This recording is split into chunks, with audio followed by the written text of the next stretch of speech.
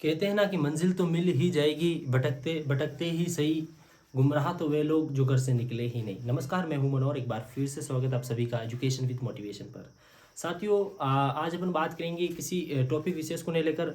एक हमारी जो चर्चा का विषय होगा जो बिल्कुल अलग होगा और हटकर होगा, एक रणनीति और रीट को लेकर। जो नए अभ्यर्थी भी जो डीएलएड कर भी आए या फिर पिछली बार एग्जाम दिया था, कुछ अंकों या कुछ मार्जिन से रह गए थे, जो रीट की तैयारी करने वाले, लेवल 1 हो या लेवल 2 हो, लेवल 1 और लेवल 2 का राजस्थान जीके का, शैक्षिक परिदृश्य, सामान्य ज्ञान, आरटी, करंट अफेयर्स का लगभग उनके 180 नंबर का, और यहाँ तक कि मान लो उनका दोनों का बराबर होता है।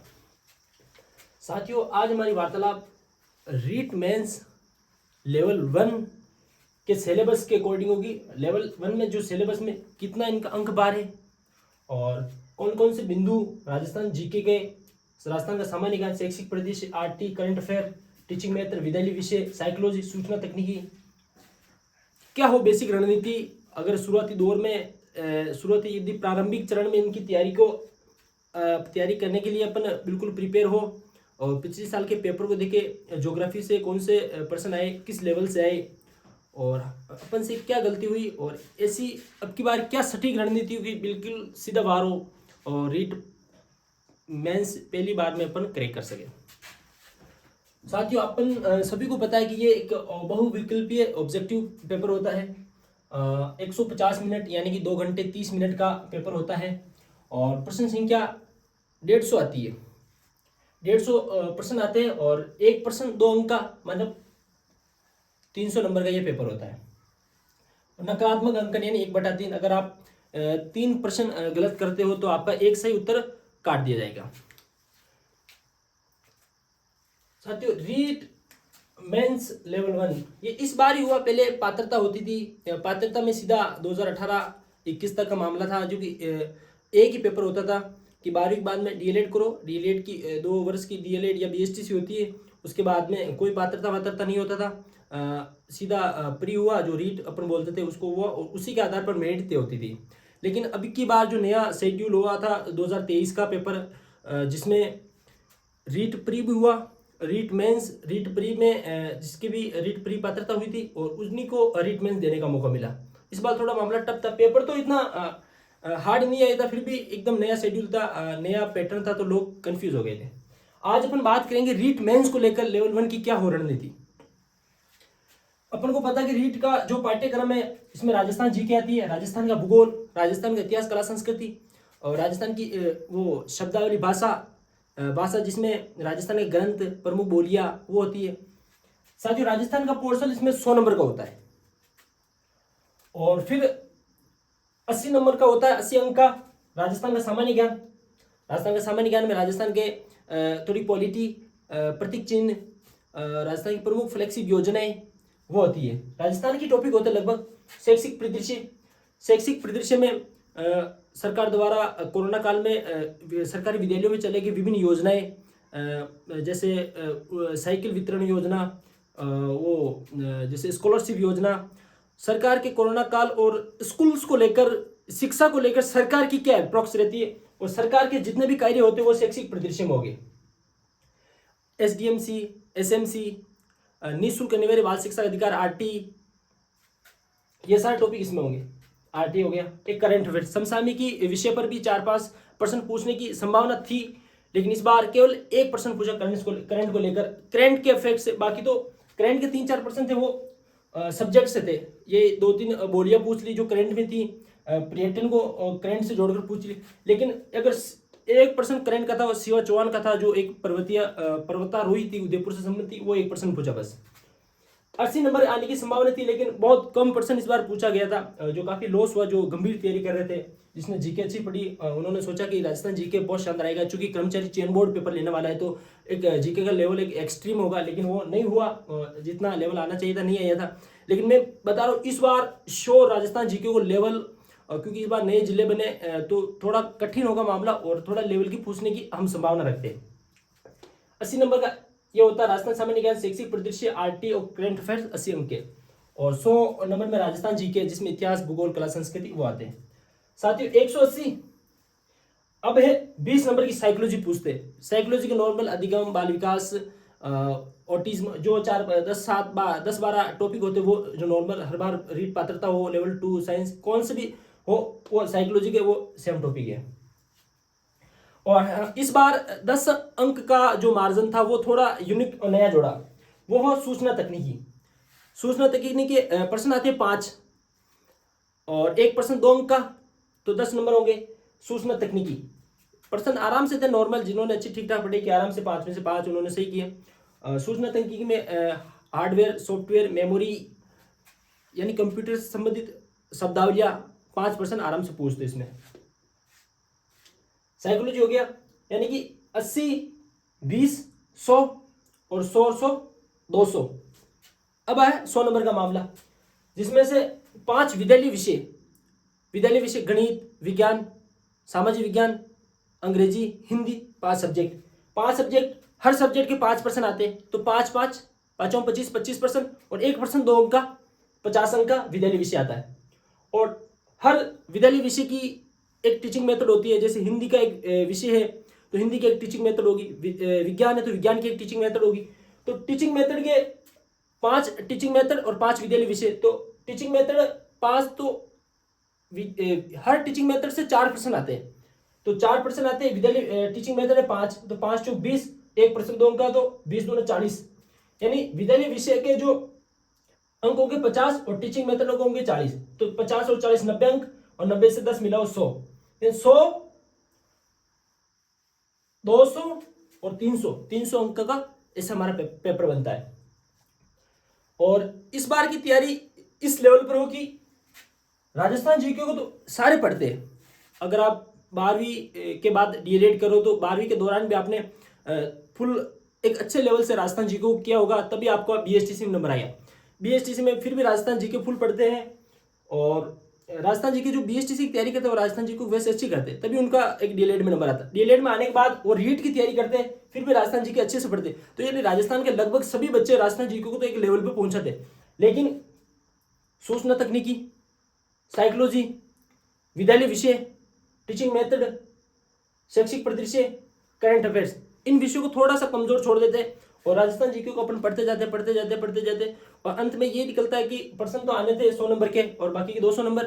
हाँ, और ये प्रश्न आराम से सरल आते हैं जो राजस्थान के हर बच्चे करते हैं, और फिर प्रॉब्लम आती इनमें, पर ये प्रश्न हो नहीं पाते, फिर अपन जो मेरिट से वो बाहर ले जाते।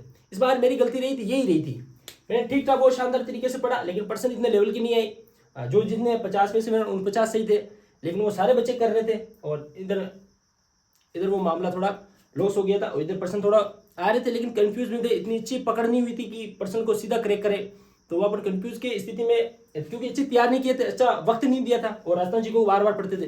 तो इस बार की रणनीति हमारी यही होगी कि इनको बिल्कुल अलग रखो। शुरुआत करो विद्यालय विषय से, टीचिंग मेथड से, सूचना तकनीकी, आरटी, शैक्षिक परिदृश्य, रचना, सामान्य ज्ञान, इन पोर्शन को 1 नंबर का लेवल का यदि हो जाता है तो ये तो आराम से हो जाएगा। आज हमारी रणनीति होगी, हम एपिसोड के अनुसार इन्हें बांटेंगे कि राजस्थान जीके का भूगोल एपिसोड, आज इनकी चर्चा करेंगे। 2023 वाले प्रश्न में राजस्थान ज्योग्राफी से कौन से प्रश्न आए, एपिसोड 2 होगा क्लास संस्कृति से कितने प्रश्न आए,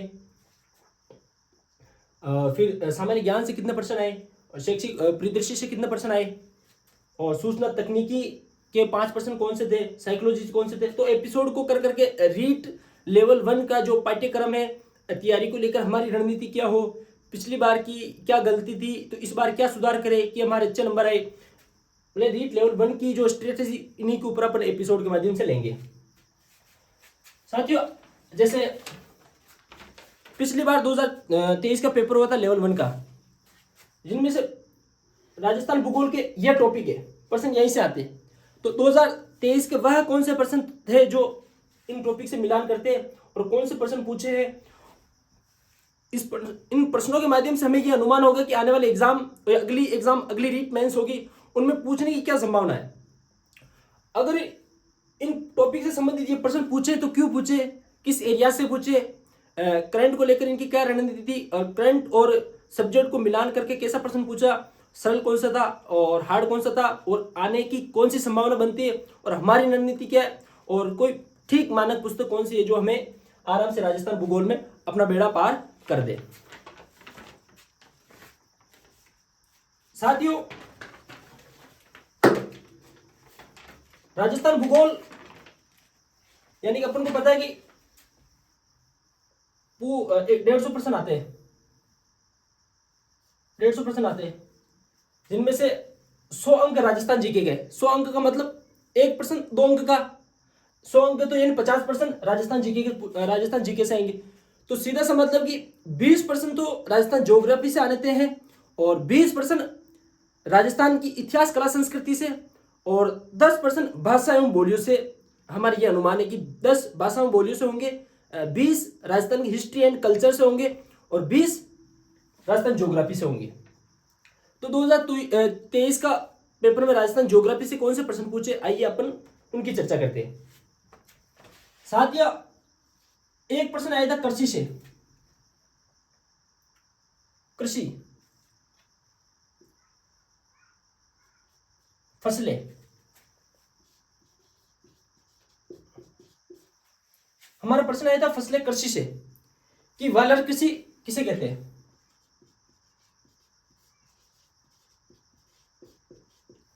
हमारा प्रश्न था वालर कृषि किसे कहते हैं।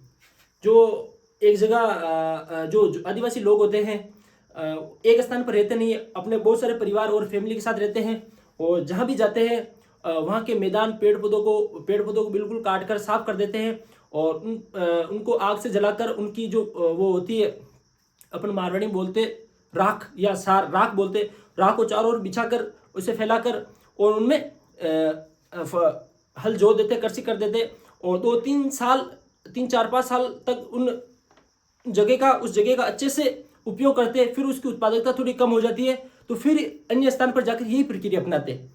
तो इन कृषि को बोलते हैं वानर कृषि।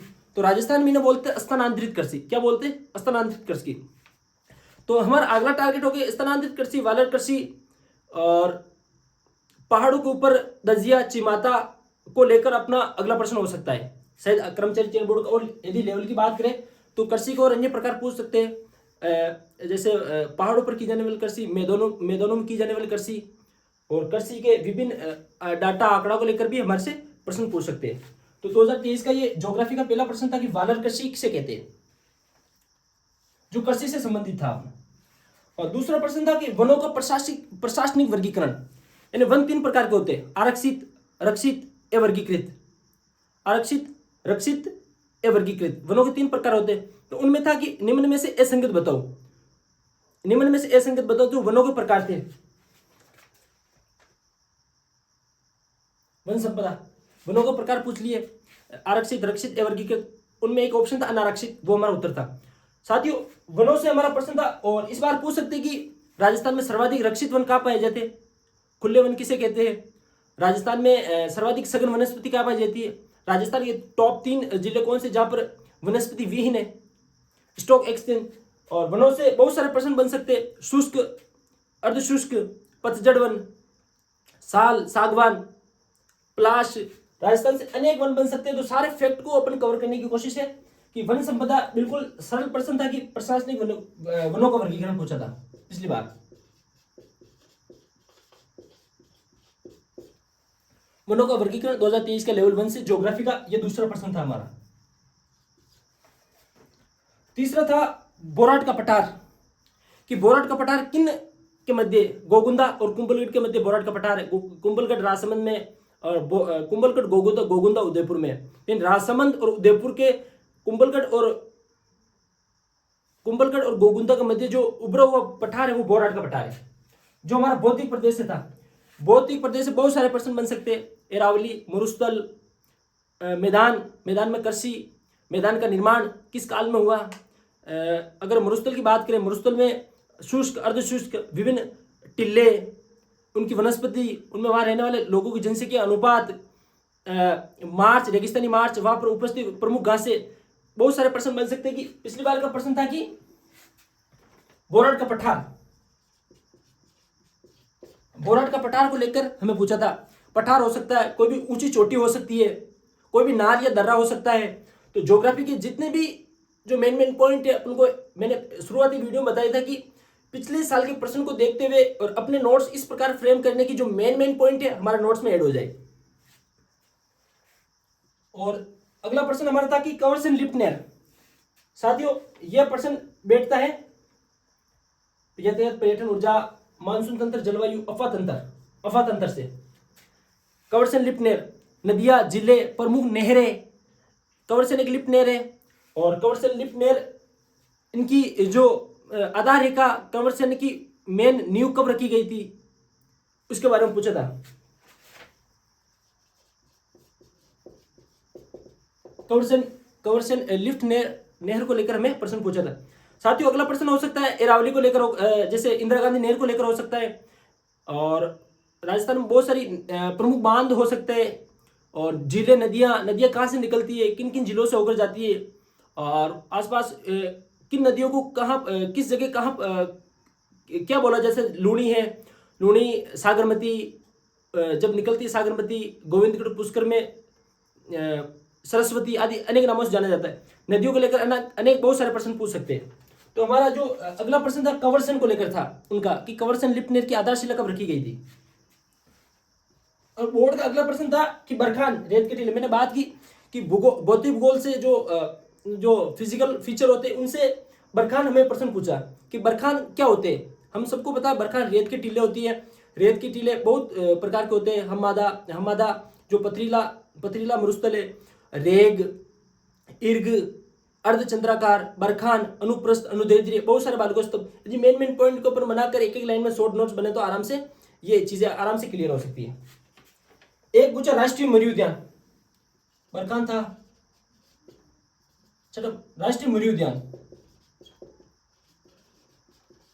साथियों यह प्रश्न था मरी उद्यान से। मरी उद्यान जैसे उद्यान, अभ्यारण्य, ये उद्यान, अभ्यारण्य में रहने वाले जीव जंतु, कौन से जीव जंतु, और अभ्यारण्य कौन सा, अभ्यारण्य कहां पर है, उस अभ्यारण्य की क्या विशेषता है। राष्ट्रीय मरी उद्यान ये जोधपुर जैसलमेर में, जैसलमेर और बाड़मेर में है, जो 1262 वर्ग किलोमीटर के क्षेत्र में ऐसा फैला है। और बहुत सारे जीव जंतुओं और बहुत सारे प्राचीन काल के जीवाश्म को उनका एक संग्रहण का जो मुख्य स्थान है वो राष्ट्रीय मरी उद्यान है। ये कहां पर, ऐसा पूछा। साथियों अगला प्रश्न पश्चिमी राजस्थानी घासें। एक प्रश्न था कि निम्न में से संगत बताओ। सालर, मुराल, करड़, सेवण, दामन, बहुत सारी घासें। एक घासें पूछ ले कि निम्न में से घासें का प्रकार कौन सा नहीं है, तो हमें 7-8 घासें उनका नाम याद रखना है और कौन सा देखना है कि ये कौन सी घास नहीं है। तो बिल्कुल एकदम प्रश्न पूछा कि निम्न में से संगत है। सालार एक वनों का प्रकार है, सालार घास नहीं है। मुराल, करड़, दामन, सेवण ये घास के प्रकार है। तो घास को लेकर पूछ ले, जो भौतिक प्रदेश संबंधित रखता है, जो मरुस्थल एरिया में ये घासें पाई जाती है। एक प्रश्न पूछे चोटी से, ये भी भौतिक प्रदेश ही आता है। राजस्थान का सर्वोच्च पर्वत शिखर कहाँ है, गुरु शिखर है। यह प्रश्न एक साधारण प्रश्न पूछा कि राजस्थान में 40-50 चोटी है, 1-2 चोटी फिक्स आती है, उसको रट लो बस। यानी सारे को एक पेज में लिखकर बहुत सारे इनको लिख के याद करो, आराम से याद हो जाती है।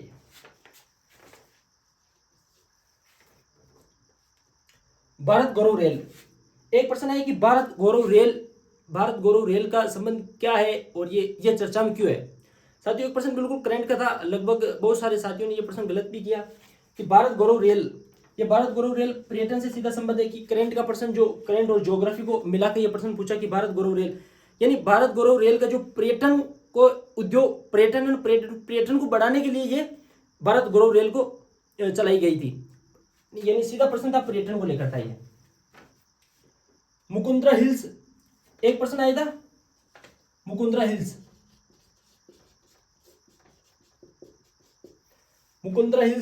पहाड़ी है, ये सीधा भौतिक प्रदेश से रिलेट करता है। 4 से 5% भौतिक प्रदेश है। प्रमुख पहाड़ियां होगी, प्रमुख दर्रा हो गया, प्रमुख नाल है, बहुत सारी पहाड़ियां हैं, जैसे कोटा झालावाड़ में ये मुकुंदरा की पहाड़ियां, मगरा पहाड़ियां, गिरवा, आडावाला की पहाड़ियां, ये बहुत सारी पहाड़ियां जो गिनी चुनी है, इनको एक साथ लेकर आराम से याद हो सकती है, जिससे हमारे ज्योग्राफी के सारे प्रश्न आराम से सही हो सकते हैं। और इतना हार्ड भी पेपर नहीं था, आराम से सरल आया। आराम से यदि ठंडे दिमाग से किया जाता तो ये सारे प्रश्न आराम से सही हो सकते हैं। एक प्रश्न था चंबल बेसिन, एक नदी है चंबल नदी, जो सीधा ये अफवाह तंत्र से संबंध रखता है। चंबल नदी कहाँ से निकलती है? राजस्थान में प्रवेश होने के बाद कितने बांध बने, और जहाँ इससे निकलती है आसपास की भूमि जहाँ निकल रही है उसे क्या बोलते हैं? और इसके अफवाह तंत्र में कौन सी फसलें होती है? ये जहाँ निकलती है कौन, आसपास में कोई अभ्यारण्य तो नहीं है, अभ्यारण्य है तो उसकी क्या विशेषता है? चंबल नदी निकलती है तो बहुत सारे बीहड़ नाले गड्ढे कर देती है, जिसे उत्खात भूमि या बेडलैंड एरिया कहते हैं, जैसे डाकू की शरण स्थली भी कहते हैं। अवनालिका अपर्दन करती है, एक अवनालिका अपर्दन ऐसा ऑप्शन में था, तो चंबल नदी की खंड अवनालिका अपर्दन है। चंबल से रिलेटेड एक प्रश्न आया था साथियों। अगला प्रश्न था साक्षर परिभाषा। जनसंख्या को लेकर एक प्रश्न था कि कोई जरूरी नहीं कि हर बार ये पूछे कि सर्वाधिक पुरुष महिला साक्षरता कहाँ पर है, महिला साक्षरता कहाँ पर है, सर्वाधिक पुरुष घनत्व कहाँ पर है, सर्वाधिक जनसंख्या कहाँ पर है। सीधा सा प्रश्न पूछा कि साक्षर किसे कहते हैं। अपन सभी को पता हो कि 7 वर्ष से अधिक ऊपर का व्यक्ति या बालक जिसको हिंदी पढ़ना लिखना या कोई भी भाषा को समझ सकता है, वो साक्षर व्यक्ति है। एक साक्षर की परिभाषा पूछी है, बिल्कुल एक जो जनसंख्या से था। एक मेजाबांध कहाँ पर है? सीधा प्रश्न था, भिलवाड़ा। अफवाह तंत्र से आया था ये। सर्वाधिक मक्का फसल से था, यह फसल के सर्वाधिक मक्का कहाँ उत्पादन होता है, कौन सा जिला या संभाग पूछा कि कौन से संभाग में होता है? उदयपुर संभाग इसका उत्तर था, फसल से हो गया। काली मृदा कहाँ पाई जाती है? मृदा से एक प्रश्न है, काली मृदा, लेटराइट मृदा, भूरी मृदा, अगर उसे वैज्ञानिक नाम है साइरोजेक्स रेवरिना और जिप्सीफेरम। ये इस बार पूछने का कि जो वैज्ञानिक वर्गीकरण है ये पूछने का तो ठीक ठाक मेरे को लग रहा है कि ये पूछ सकते हैं आराम से।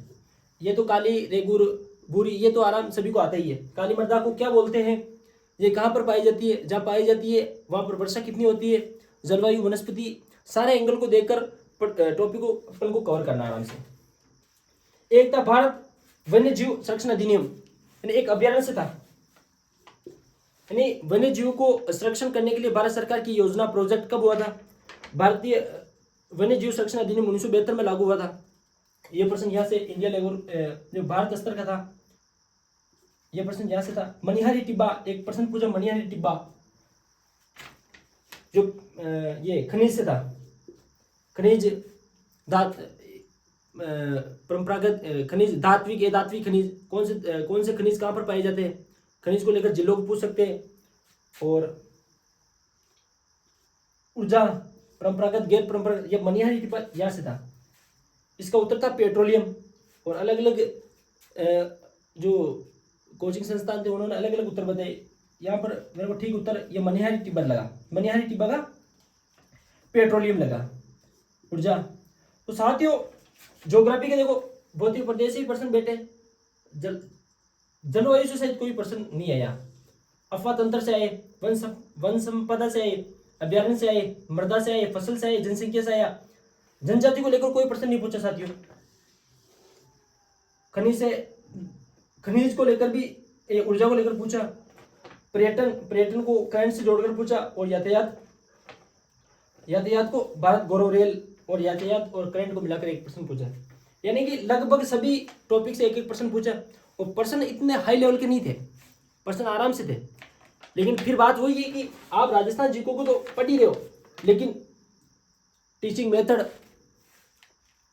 इसको ठीक ठाक करो। ज़्यादा से ज़्यादा MCQ, जहाँ पर बहुविकल्पी प्रश्नों का ज़्यादा से ज़्यादा अभ्यास करो। विद्यालय विषय में हिंदी सभी को आती है, और प्रॉब्लम होती है विज्ञान, गणित और अंग्रेजी। गणित भी कर ही लेते, लेकिन विज्ञान और अंग्रेजी की क्या सटीक रणनीति, अपन को एक्टिव पैसिव है, बेसिक समझ, प्रेपोजिशन है, जो टेंस है, इनकी ठीक ठाक समझ हो तो उन प्रश्नों को वहाँ पर थोड़ा काटने में आसानी होती है। तो हर एक में एपिसोड के अलावा ये बताऊंगा कि इस भाग से ये प्रश्न पूछे, क्लास संस्कृति से कौन से प्रश्न पूछे, आने की क्या संभावना है, और शैक्षिक परिदृश्य से कौन सा आया, RT से कौन सा आया, करंट अफेयर्स को कौन सा प्रश्न पूछे उस समय, टीचिंग मेथड में कौन से प्रश्न आए, साइकोलॉजी कौन से प्रश्न आए, सूचना तकनीकी से कौन से प्रश्न आए, सारे को लेकर अपन कवर करेंगे। आज की ये वीडियो इन ज्योग्राफी को लेकर थी, और ये एपिसोड के रूप में मैं आपको देता रहूंगा। वीडियो अच्छी लगी साथियों, लाइक एंड शेयर करो, और सब्सक्राइब भी करो। ठीक है, जय हिंद, जय भारत।